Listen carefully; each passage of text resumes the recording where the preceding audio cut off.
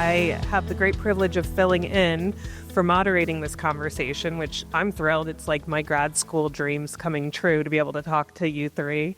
So I would really like to start the conversation by talking about the big picture. We're going to dig into some of the details. We're going to talk about HR1. We're going to talk about the AHEAD model.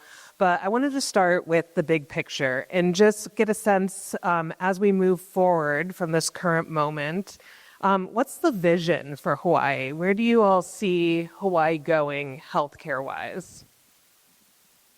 You know, let me jump in and start. I think, first of all, our governor is an amazing, creative guy. So we're way ahead because we have the only physician governor currently in the United States today who has the vision of where we're going. So, in a sense, from the healthcare perspective, we've got a huge head start that we need to now take on.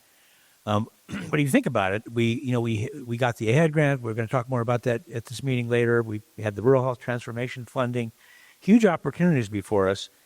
And I think we really do feel like we're still the health state, but we have so many things we want to get done. What concerns me, where I feel like there's sirens going off, we're one of 38 nations in the Organization of Economic Community Development, OECD, okay? And out of those 38 nations, only one doesn't have a national health system already organized. And interestingly enough, that one nation, the United States, is spending 17% of our GDP. And if you look at the average for all the other 37 nations, they're spending 7.4% of their GDP. And they're getting better results in cancer, heart disease, longevity. So this is unacceptable as a nation. Our National Academy of Medicine, our academic centers, have already tried to describe to us what we have to do. Some of that's happening here. But there's so much more, all of us in this room, a super creative place with the best doctors and nurses, and we really have a wonderful healthcare system for such a small state. But we have a lot to do here together. So thinking about what it is, the Commonwealth Foundation, looking at that big picture, said, among the states, Massachusetts and Hawaii are the healthiest states. And the Gov already hit that data out there. Where though, do we really kind of need to work in terms of what our priorities are? And I think some of it, the feds, when they gave us the AHEAD grant, we think about that. There's a lot of things I don't focus on in terms of what the federal government's doing, like Greenland and, whether the Chairman Powell is a stubborn mule or, whether I know renaming things. People are saying that maybe the San Andreas fault is going to become Joe Biden's fault. I mean, but I don't think about that. What I think about is what I really do feel there coming from the federal government. One is that they really believe we need these alternative payment models. That's bipartisan. That's Democrat and Republican. And we're not there yet. They do know that we need to double or triple the investment in primary care and really be serious about that. They do know that we are not using data the way we could, and we've got great opportunities there to use data and apply it in much more creative ways, including AI. And they also know that, as the Gov mentioned, telemedicine, ways to deal with our workforce shortages and our other issues temporarily while we're building up that workforce. That's got to be where we go. We got to focus on prevention in a whole lot of ways. If we do alternative payment models, why don't we double what we pay as a fee-for-service side for just the preventive services, the U.S. Preventive Services Task Force? Double that. Make that out front, because that's where we're not getting all the services we need in the prevention side. Let's emphasize that as we make these new models up. But we'll talk more today. But I want to just say from a big picture, we're good, but we're in the U.S. healthcare non-system, which desperately needs our state's help to say what's the future, what's the direction we get to the better place. Thank you. And Judy, I know you are officially retired, I believe, so I apologize for bringing you back to the work, because I know now you're just totally out of it, right? Would love to get your thoughts. I really appreciate what Jack outlined and what Governor outlined as well, and that we've been focused on this for as long as I can remember, and it's foundational. It's that we have to pay attention to making sure that people have access to health and health care, and wellness, which I think we do very well at. We need to make sure that we're investing in primary care, that we're focusing on people with complex needs and making sure that we take a whole person approach. And we need to change the way in which we're paying for healthcare. 3 foundational things. If we do those things, we will improve the health and well-being of our community. Yeah, we're the healthiest state in a non-system in the United States, right? So when I was doing my graduate work in Guadalajara, Mexico, so many decades ago, in Guadalajara, they would say, well, you know, the pollution isn't terrible. It's not as bad as Mexico City. And Mexico City was deemed one of the most polluted cities in the world. So what's your benchmark? What are you comparing yourself to, right? So let's not compare ourselves to the equivalent of a Mexico City. We need to focus on what can we do to improve our health and well-being. So I think if we focus on those things, on taking a whole person approach, which is the social health, the health and housing, nutrition, etc., as well as primary care, people with complex needs, change how it is that you pay for healthcare. We can make that difference. Great, thank you. And Meredith, please. Sure. Aloha, everybody, and mahalo for being here. Of course, agree with everything that's already been shared, starting with Governor Green. Thank you so much for that really, truly excellent presentation and frame setting for the rest of our discussion today. And again, Jack, you always know how to nail it with thinking about where we have to go. And Judy, thank you for reviewing what we've known for a while now. I think the additional thing that I'd like us all to think about is the many ways in which we are resilient and we are abundant and we have so many solutions. I look across this room and I see so many of my friends throughout the many years of doing this work together. And I know you have the answers. You may not have every answer, but the answer you have to the portion of the work that you're focused on, that you're thinking about, that matters. And so I think when we think about where are we going, what is the broad picture here, I think we have to lean in on each other, respectfully talking together at the table, bringing each of us together so we're all contributing to number one, understanding the challenges. What's really happening for you in your outreach in Ka'u? Or how come if you live in Pupukea, it's really hard for you to get appointments? Really thinking through that, talking to each other, and developing solutions to real-life problems. I love that Governor Green talked about our real people. I consider myself to be one of them. And so the real people here, I think that you all work with, we know that we need to really focus on immediate solution. How do we make these improvements? And how do we do it by coming together, listening to one another, and co-creating the change and the path forward? Yeah, as a visitor, that's something that really strikes me about being here is just the sense of collaboration and the spirit. I know you all probably hear that all the time, but it is very special. And for State of Reform, we travel across the country. We do this on the East Coast. We do this on the West Coast. We do it in the South. And being here, there just really is this sense of community and collaboration that I think makes sense for why you all are the healthiest place. That and the fact that you can exercise next to the ocean or in the ocean, which I'm already way healthier just in the last 24 hours. So thank you for that.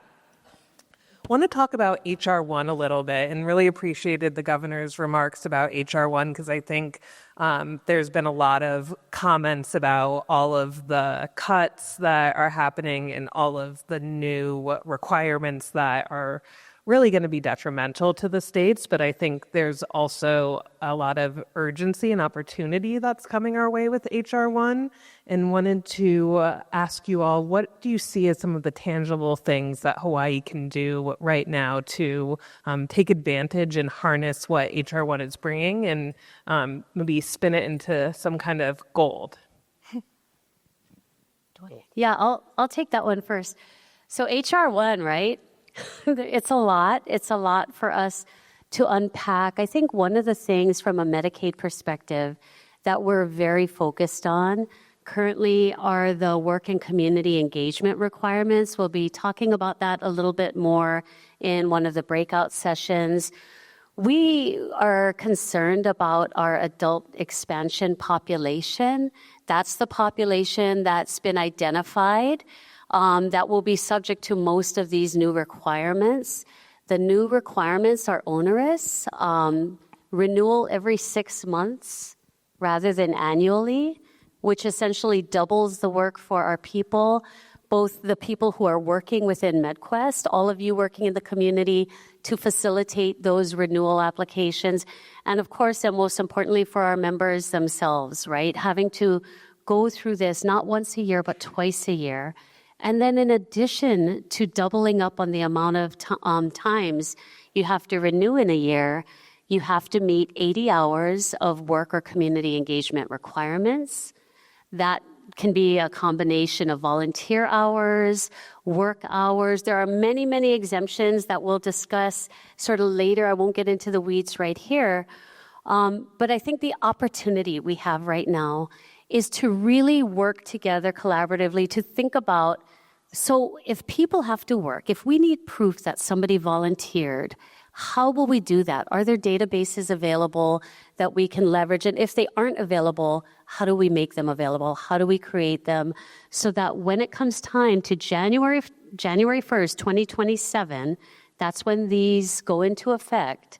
When we get there, how will we know that we can leverage systems that we have either found and enhanced or created so that we can keep our people insured? So I think with HR1, we have a little bit of a chance this year to really think through that. I want to give a shout out to everybody on the Med-QUEST team, specifically out here, who's already been thinking this through since the 4th of July and already starting to develop plans and network in the community.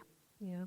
One thing I want to mention that what Judy brought up last night is that you are the longest serving Medicaid director in the United States, or were, I should say. Sorry, don't mean to put you back in the role.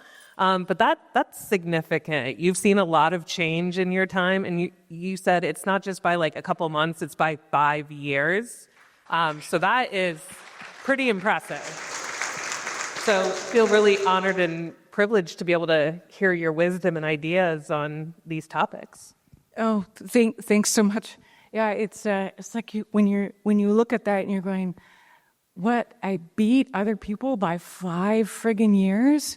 I was like, I don't know what that says about my mental state, but I do know that one of the reasons that I did stay as long as I did and devote myself to working here as well as in the Medicaid program is because I believe in it. I believe in the Medicaid program.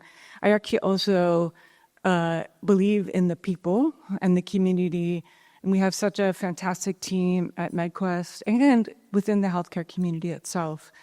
When I think about HR1, there've been a lot of major changes, over the years. This is one of the more significant ones, and will cause It will cause damage. It will hurt our community in various different ways. And so I think the goal has to be, what can we do to pull together as best as we can to protect and defend as best as we can?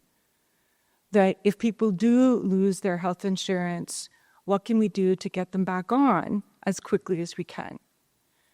If people are no longer going to qualify because now the way that the law changed, it just said, crossed it off and said, you're no longer eligible. then what can we do to provide health insurance for people who no longer qualify for Medicaid? And so we have to come together in developing those solutions. And I think that is one thing that we have here that many other states do not, is that we have a willing community coming together. We have the leadership in place. We have legislature, governor, healthcare leaders who are we're all rowing in the same direction. So I think we're blessed in that way. We will have to deal with some, and I can say this now, we're going to have to deal with some really shit stuff coming our way, right? It is going to be difficult. And we should not say, oh, it's going to be okay. There are things that are not going to be okay, that will be extremely difficult to work through. But again, we have to come together as a community and continue to work together in order for us to be resilient and make our way through. We can do it. It's going to be hard, but we can do it. You know, I think I've spent so much of my career in health policy in so many different interesting ways, privileged to see how we need to fix our healthcare system. But I don't have all the answers. What I do know is in this room, we have all the answers we need in this room. Judy Meredith and Judy built a program in Med-QUEST, and we're partners on the AHEAD grant. So when we were applying for that, I said, Judy, let's do this. And she goes, what? I need this too? But we're working on that together. So we're true partners.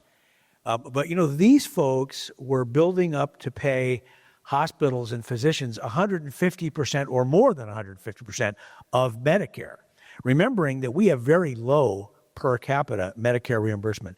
And by the way, I just want to go back to the Gov. Gov is working behind the scenes to help fix that in a big way.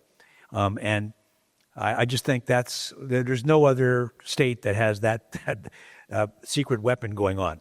But we are very low in our reimbursement per capita in Medicare, and that's killing our hospitals. Our independent practices are dying and so forth. These women and their team were building up to compensate for that in the Medicaid program. And unfortunately, the big not-so-beautiful bill takes that strategy away and forces them back to 100% of Medicare in the future. That's going to hurt a lot. We're going to have to find other paths now to deal with those kind of things, because that just kind of blocks a lot of progress we're going to make. So we got to think about that big, and the other things, the Gov mentioned this, but the cuts in the big not-so-beautiful bill are offset by the rural health transformation piece, but that's 5% of what they cut. $50 billion out of $1 trillion. We're talking not a whole lot. So we've got major challenges. Back in 1990, we had something called the State Health Insurance Program that provided very, very low cost, highly focused prevention, primary care services for the uninsured people in the state. And we gave the hospitals enough money to offset their losses for the uninsured population. So they didn't lose money. They weren't making money on this population, but we'd had an emergency thing. We may have to do that again as a state, because we don't know yet what the impact will be. But we may have some temporary place where we're going to have to do something to kind of get through this as we work toward from a non-system nationally to a system. So we've got a lot to do and a lot to think about, but I think the leadership that was here that's been kind of wiped away, most people don't see that, about where they were going and how amazing that is and will be. But we've got to get back on that track. Well, Jack, since you brought it up, I'd love to pivot towards the AHEAD model and talk a little bit about that. What should stakeholders expect to see in the coming year? And what do you think Hawaii needs to do to position ourselves to be in a good spot? Well, I'm just going to, really should be, all three of us should comment on this, but I think that AHEAD it's really that vision that the National Academy of Medicine, that Harvard Business School, and all these other folks have come together and many of us have been thought about this. What do we need to do? The AHEAD grant is kind of that model. And while changing from how we pay now, fee for service on almost everything, to a different model, even though many parts of the United States have already converted to that, many systems. In our state, Kaiser Permanente is a good example. They're already doing hospital global budgets, but we've got to convert ourselves from where we are to that model because it is clearly where the feds are going. And so if we want to participate in Medicare and Medicaid, and again, back to 700,000+ people here are on those two programs in the state. So we really got to think about, let's get on with that game. Let's use some of this money to help get ready for it and go in that direction, because the AHEAD grant is what's what it does. It will double our primary care investment. It will change our payment models. We could do it uniquely and differently than other payment models in the U.S., but we've got to be thinking about that. And it's going to ask us to use data in a new way. And so, and you folks have been working on this a lot. I mean, what do you think? We're going to talk about it this afternoon, but what do you think we're going to go with the AHEAD grant? We're going to work on hospital global budgets, investing in primary care.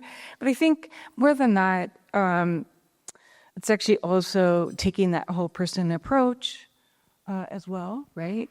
It's improving the data and the connections, which we're really happy that the Rural Health Transformation Fund will align. There's some elements to that are aligned with what we need to invest in and for the AHEAD grant.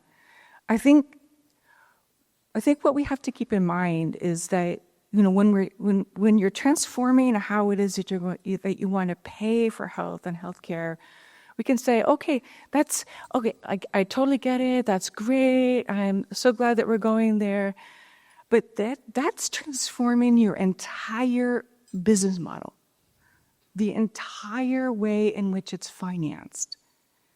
That is no easy task. That is extremely difficult to do.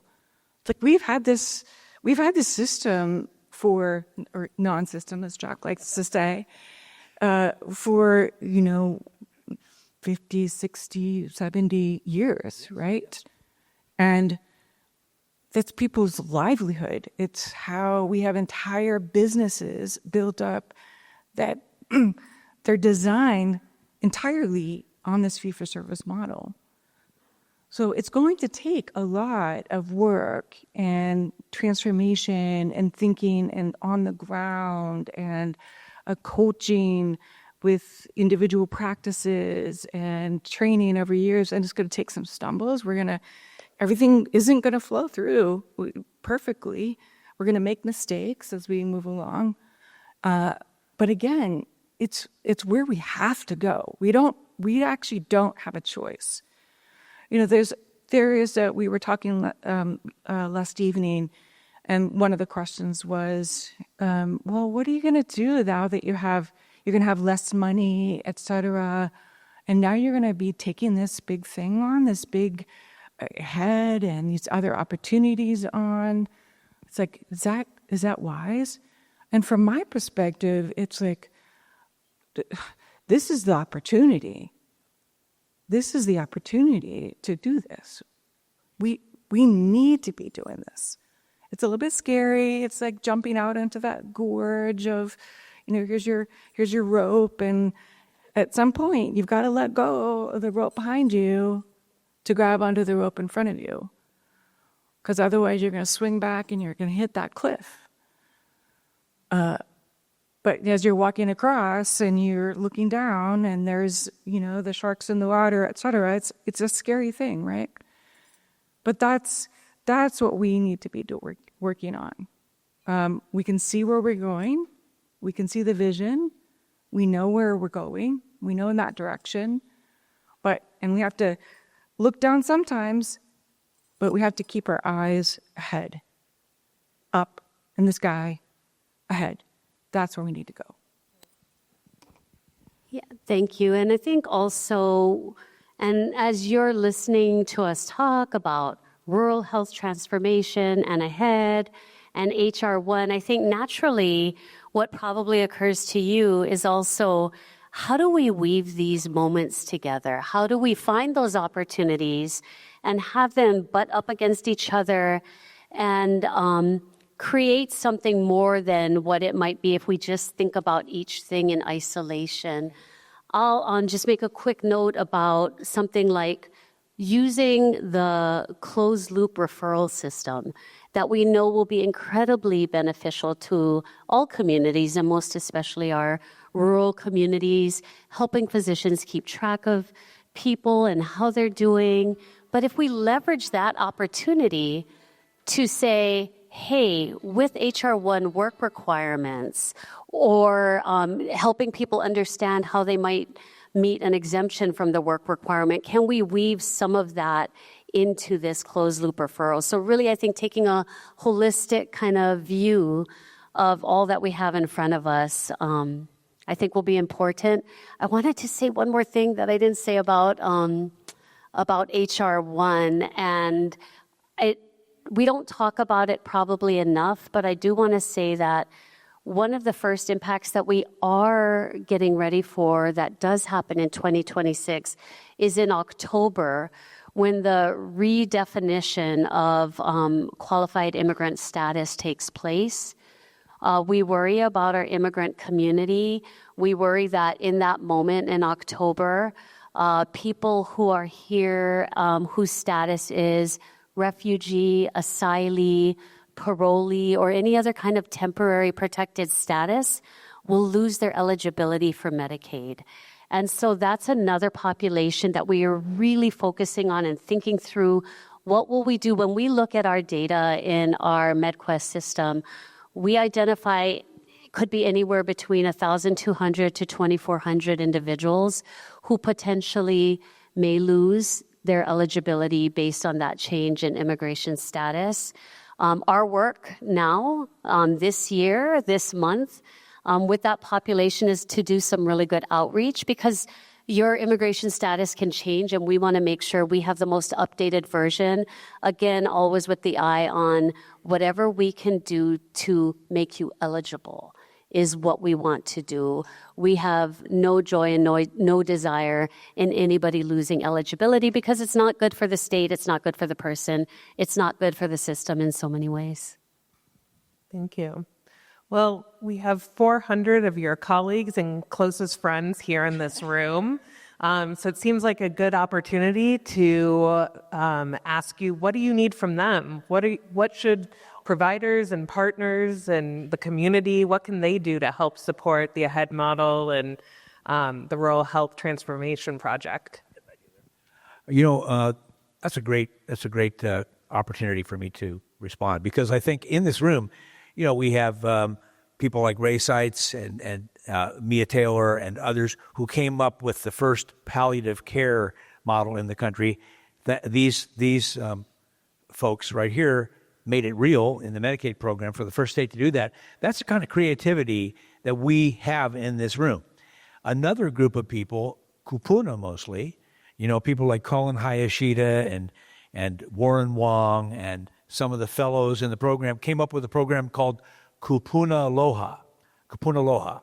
And the program uses volunteers. There are already great programs like Project Dana and Hui o Haula and others that are using volunteers in most creative ways for populations of people, kupuna, that are isolated. Because in Medicare, in the Medicaid program, we have a lot of wonderful services for people with low income, and they're also kupuna. But most of our kupuna are not. They are Medicare eligible, and there's no home health, or very little. And so what we're doing is creating a front line of workers to extend primary care into the homes of those people, using the CHWs where we have them and volunteers where we don't have them. Well, here's the interesting thing. Those volunteers could be people who are about to lose their benefits in Medicaid. And they could even be training to be CHWs on the process of that.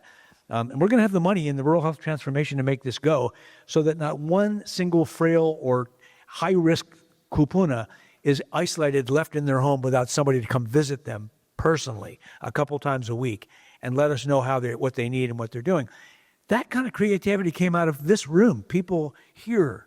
And we need to be thinking more about ideas like that we can apply in our current model to get us through some of the hurdles ahead. All right, so we expect a list of creative ideas from all of you by the end of the day. Thank you. Judy, Meredith, care to comment? Yeah, no, exactly. I think I ran into Dina Sheck earlier today. She's somewhere over there. Hi, Dina. Working with community partners like Dina and Kokua Kalihi Valley, so many of you, I think what we'll really, and we always lean on you, right? But I think we're going to lean on you a little bit more. And thank you in advance for helping with that. Communication with our community is going to be really key. Your trusted messengers at the provider level, at the community services level. I think it'll be really important that we're all on message. We're all reinforcing what people can do proactively in these really scary times to keep themselves and their ohana safe. So I think really leaning on you to talk with us, to come together, to work on messaging together so that there's no chaotic messaging in the community. We're all on the same page. We're repeating the same message so that our people feel like they're really cared for. They're really clear about what their next steps are, and they're clear about how they can continue to access healthcare.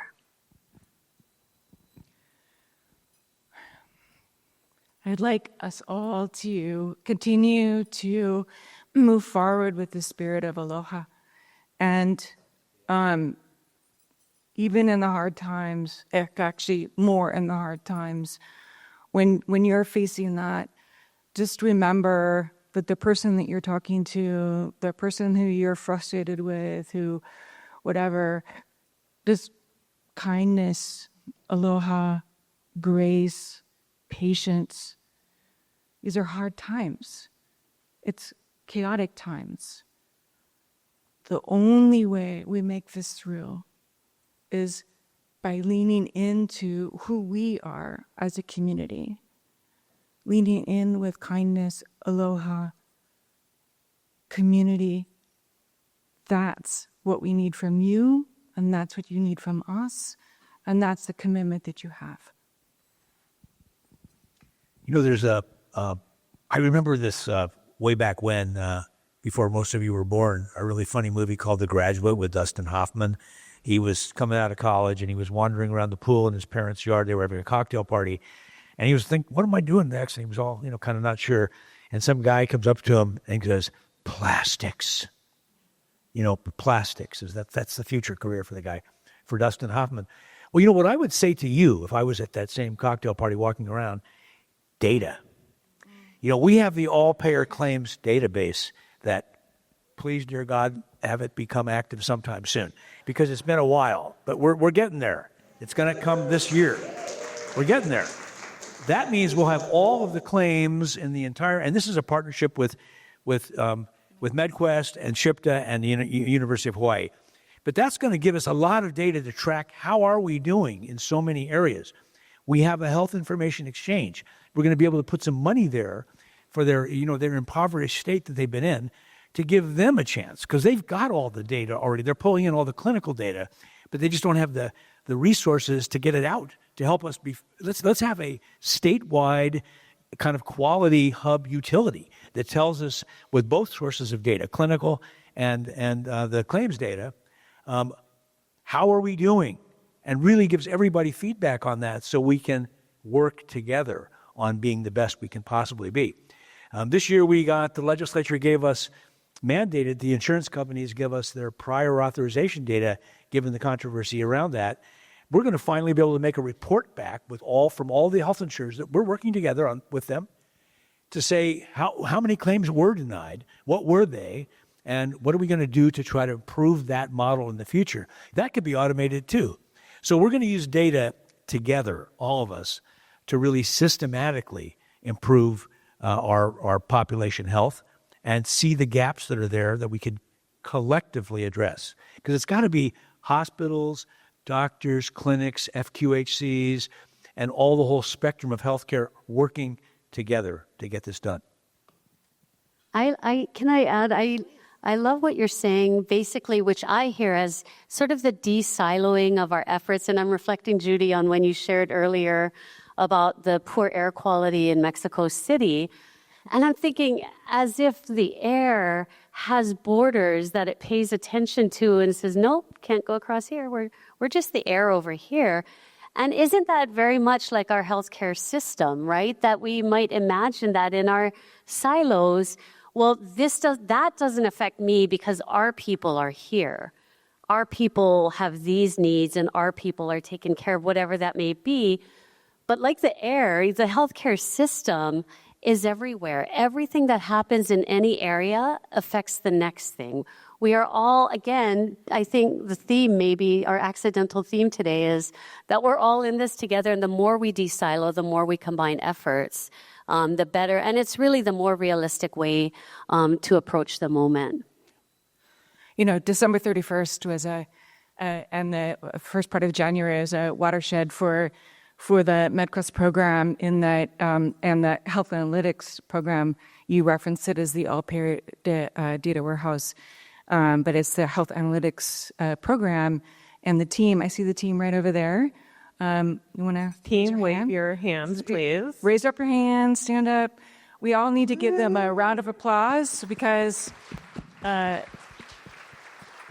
we went through CMS certification for that platform, and it's been approved, and we are on our way to having this go live and have this data more readily available. We'll have a lot more insights, et cetera. So it's testament to that team who've been working for literally years on making this happen, but they did it. So congratulations to them. And so, Jack, you're going to be much happier very, very soon. I know I will be. I trust, and I think they're a great team. They're a fantastic team of people. So in a few minutes, we're going to open it up to all of you to ask your questions. But I wanted to just real quickly ask about the transition at Med-QUEST. I got the sense last night that you all plan to just continue to work really closely together. I think, Meredith, you mentioned you have Judy's address, so there's no way she's getting away. But would love to hear just a little bit about the transition and what you see as maybe some of the changes that are coming and where you are really focused on in terms of continuity. Well, one thing I just wanted to note is, like, for those of you who may not have known Meredith and I have been working together for nearly as long as I've been here, which was is 10.5 years. And in December, it was 10 years that Meredith joined our Med-QUEST team.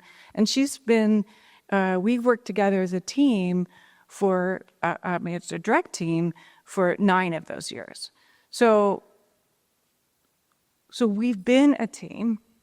While we may have very different leadership styles, as Meredith was describing, it's like I take the oldest sister approach, and she's the middle child approach. So with different leadership styles, but when it comes to vision, when it comes to mission, when it comes to compassion and passion for the program and for the people, we're exactly alike.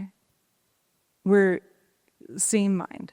So I think what you can expect, at least in this transition, and we've been, working very hard to have it be as smooth as a transition as possible.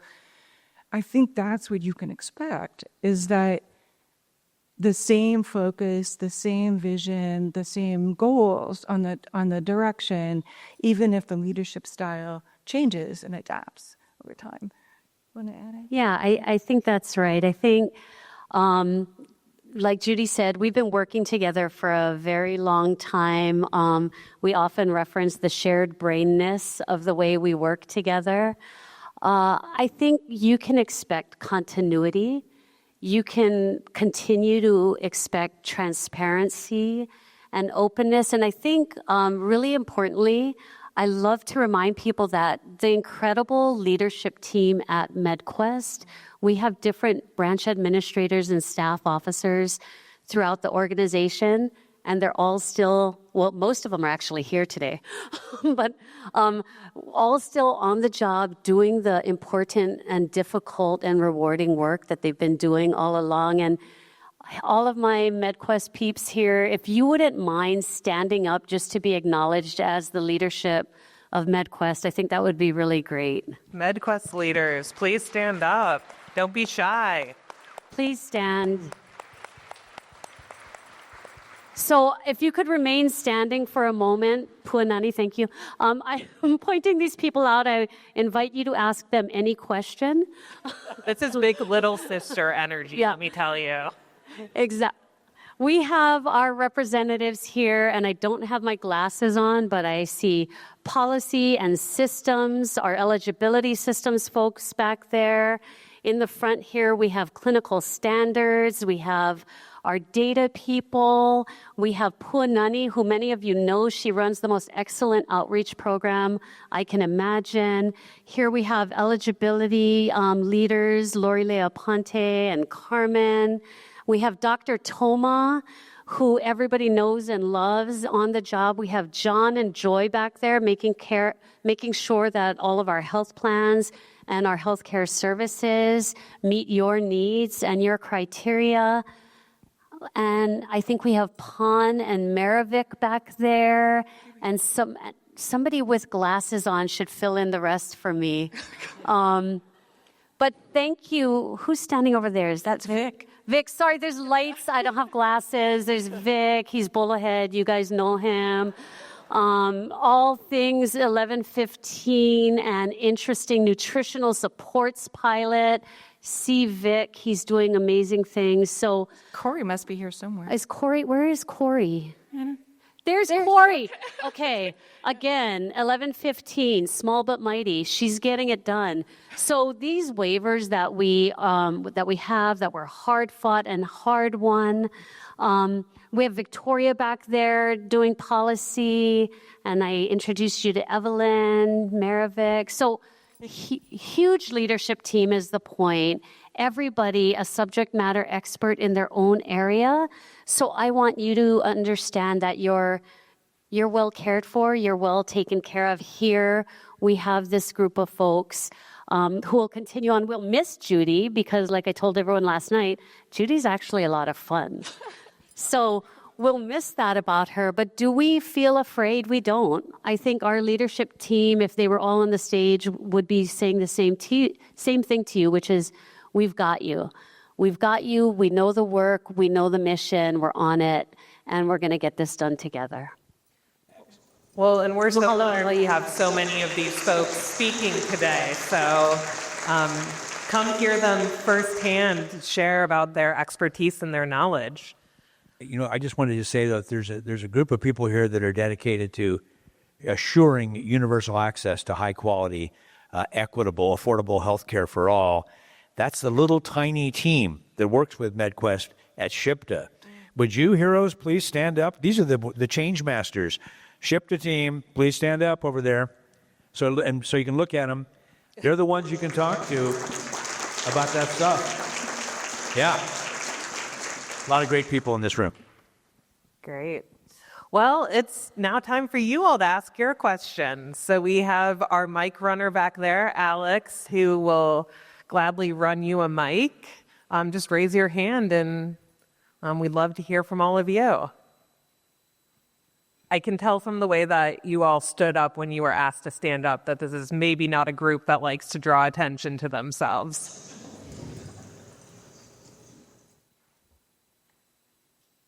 No questions? Any questions? We have this rare opportunity. More coffee, perhaps? Oh, we see one up front. People are always bold when they sit up front, and so I'm not surprised. First hands up. Think of your questions out there. Thank you so much. My question is, do you see like any of the Medicaid members transferring out of Medicaid, getting actual jobs in that for 6 months? Or, where then they would be covered through insurance from their employers. And this is kind of, what I'm thinking. But is there money set aside too for employers, or is there any deals on, that second level if people are transcending past Medicaid? It's a really good question. I appreciate that. So we always celebrate for everybody that people who become employed, people go through phases where maybe they need a little more support, and then they work their way back up. I know a former DHS director, Rachel Wong, used to talk about not the safety net, but the trampoline, right? And that we're here to make sure somebody has a safe landing spot, but that can also bounce up. And so I think the question is really around what about people who maybe we celebrate that no longer need to be covered under Med-QUEST because they've got a job, they've got access to employer-sponsored coverage. That's fantastic, and we hope that for everybody for whom that makes sense. In terms of having a separate fund available for employers to help, I think what you're asking is defray the cost of providing that employer-sponsored insurance. I know there is, and I'm talking way outside of my expertise, so I'll just say this much and then I'll not say anything. But I know that there is a fund available for small employers, small volume employers that they can apply for. It has nothing to do with Medicaid funding, but it is a government pot of money that helps defray costs for some small volume employers. But thank you for that good question. One of the governor's budget requests will be actually also to look at creating a fund for individuals who may become newly uninsured or not have access to any forms of insurance because they're not able to be employed for whatever reason, and have access to health insurance through the prepaid Health Act, and they won't qualify for Medicaid. So I think that will be a robust conversation during the upcoming legislative session. Thank you. Other questions out there?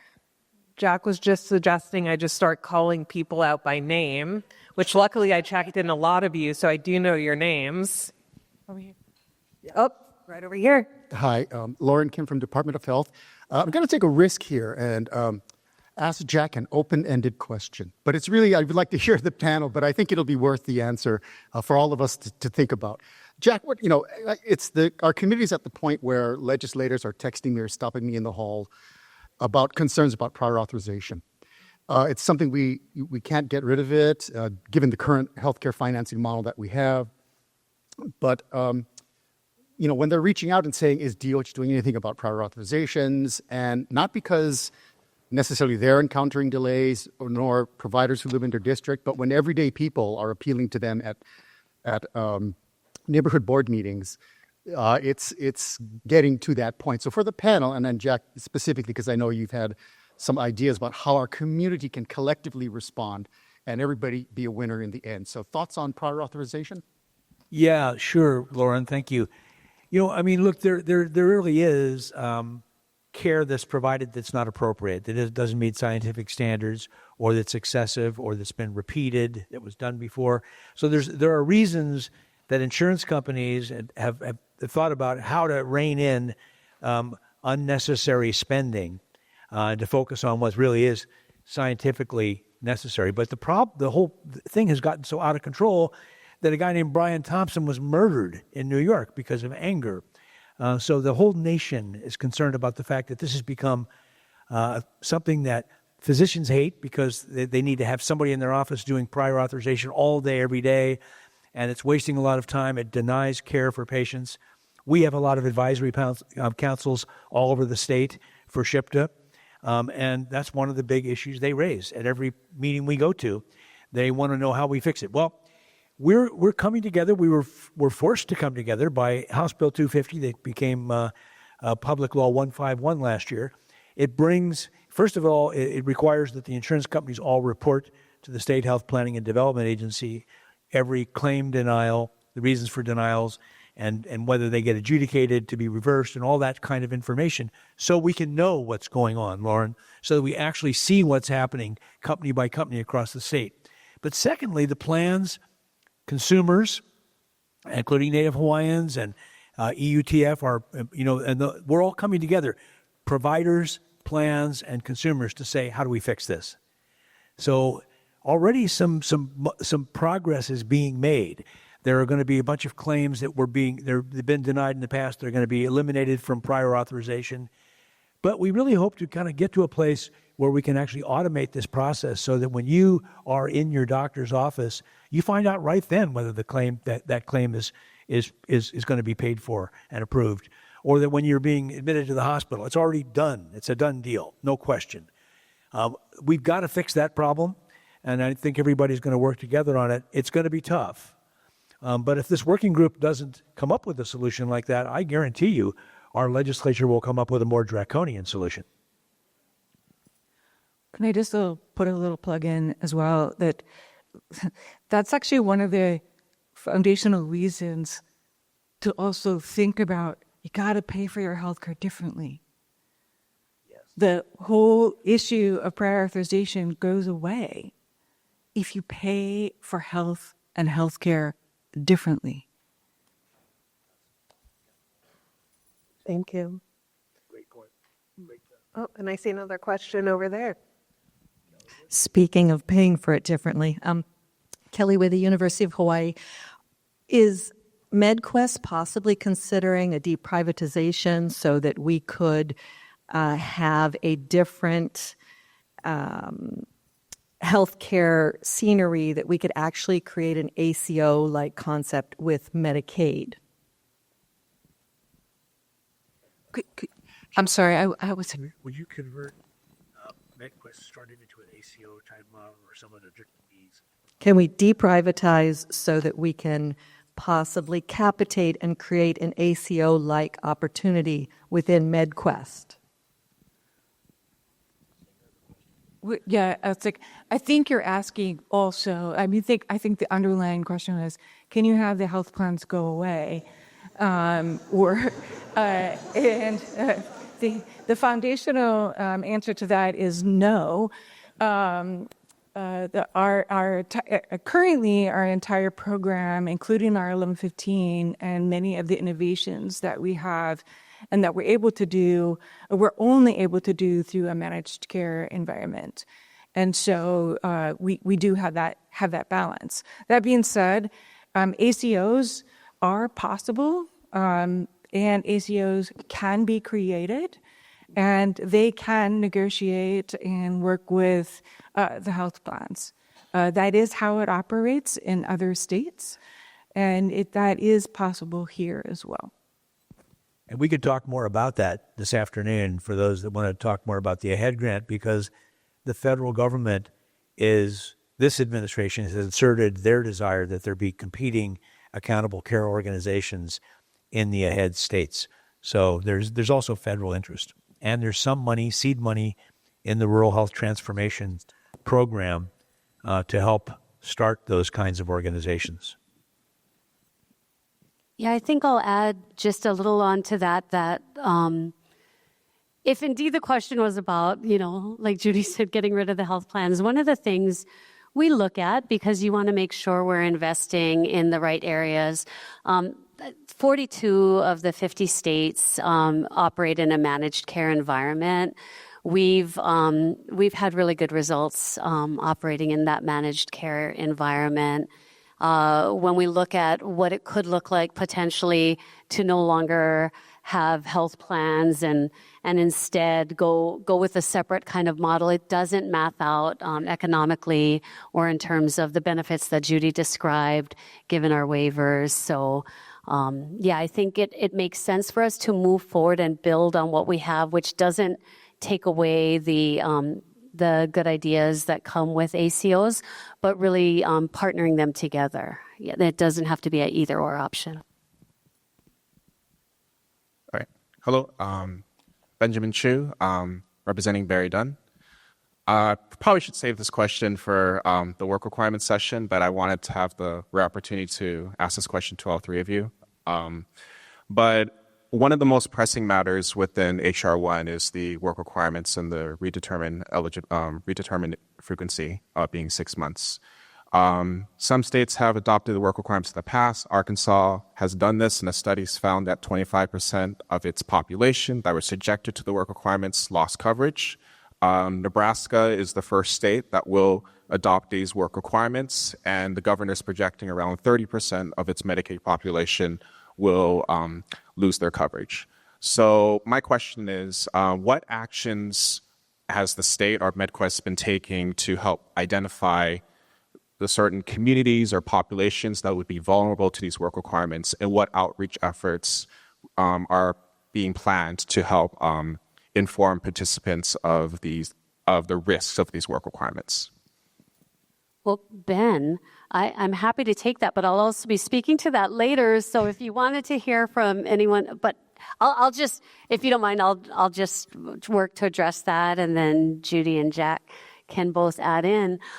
So we've been looking at the data again, since this passed back in July, and identifying that segment of the population. So it's important for us all to remember these work requirements do not go all the way across the board. So of our approximately 389,000 current members, I think it's about 127,000 fall into that category of expansion adults. Those are the adults that are between 100% of the federal poverty level and 138. In other words, expansion because those states that expanded to allow low-income adults to have access to Medicaid and not go uninsured are being punished for doing so now. And so that expansion adult population is the target of these work requirements or community engagement requirements. So we've identified through our system who those people are. We have a roadmap that's set up for when outreach starts to those members. The outreach will, even though the impacts don't start until January for the work requirements, our outreach will start mid-year in about July to let people know, hey, by the way, you have your renewal is going to be coming up in January. From what we can see, it looks like you're going to be subject to these worker community engagement requirements. Here are all the ways you can demonstrate that you meet that. And then also a list of the exemptions. Let us know if you believe you meet any of these exemptions. So I hope it's at least touching a little bit on your question. But so our work so far has been to identify the population, plan the communications, and then of course, working with all of the health plans. All the health plans know when their members are coming up for renewal. So I think just like how we got through the unwinding or the restart of renewals after the COVID public health emergency, we'll be partnering together closely so that we team up to try to keep people enrolled and help people understand if, in fact, they're subject to work requirements or not. Just wanted to add on a couple things. I think I think one of the things to keep in mind is that it's not that we're opposed to people working or people being engaged in the community. Those are both actually strong social determinants of health, right? Loneliness, if you're not engaged in the community, et cetera. Those are good things. I think the challenge for the Medicaid program is tying one's health insurance, one's health and health insurance to those. I think that's, and this level, et cetera. So I think that's where we're worried and where we're concerned. The other things that we've been doing or that have been worked on is also developing new partnerships with other entities, with community-based organizations, as you were mentioning, with the SNAP program. The SNAP program is one of is a way that we can also identify some exemptions, identifying new ways that we might be able to collect data, working on, we had a very robust one that Meredith helped lead during the so-called unwinding, when we had to start the renewals again after the public health emergency, after the COVID public health emergency. We had a very robust campaign, a pink letter campaign. Some of you may remember that. And so our intention is to, reinvigorate that and redo that as well. I say it's just like we as if I'm doing it, but I'm not. So Meredith and the team are doing that. But those are some of the activities that were being planned. As we close out this meeting, I just want to sort of remind everybody that while I'm the governor wouldn't want me to be promoting him politically, but you know what? We do need 4 more years of a physician governor to take on the healthcare issues that we've been talking about right here. And we also need to get our Medicare reimbursement up to a reasonable level, because that will save hospitals, that will allow Med-QUEST and their programs to pay more. So we really have some other big challenges nationally to take on together, all of us together. Let's do it. Thank you. Well, please join me in thanking these amazing speakers and public servants. Really appreciate it.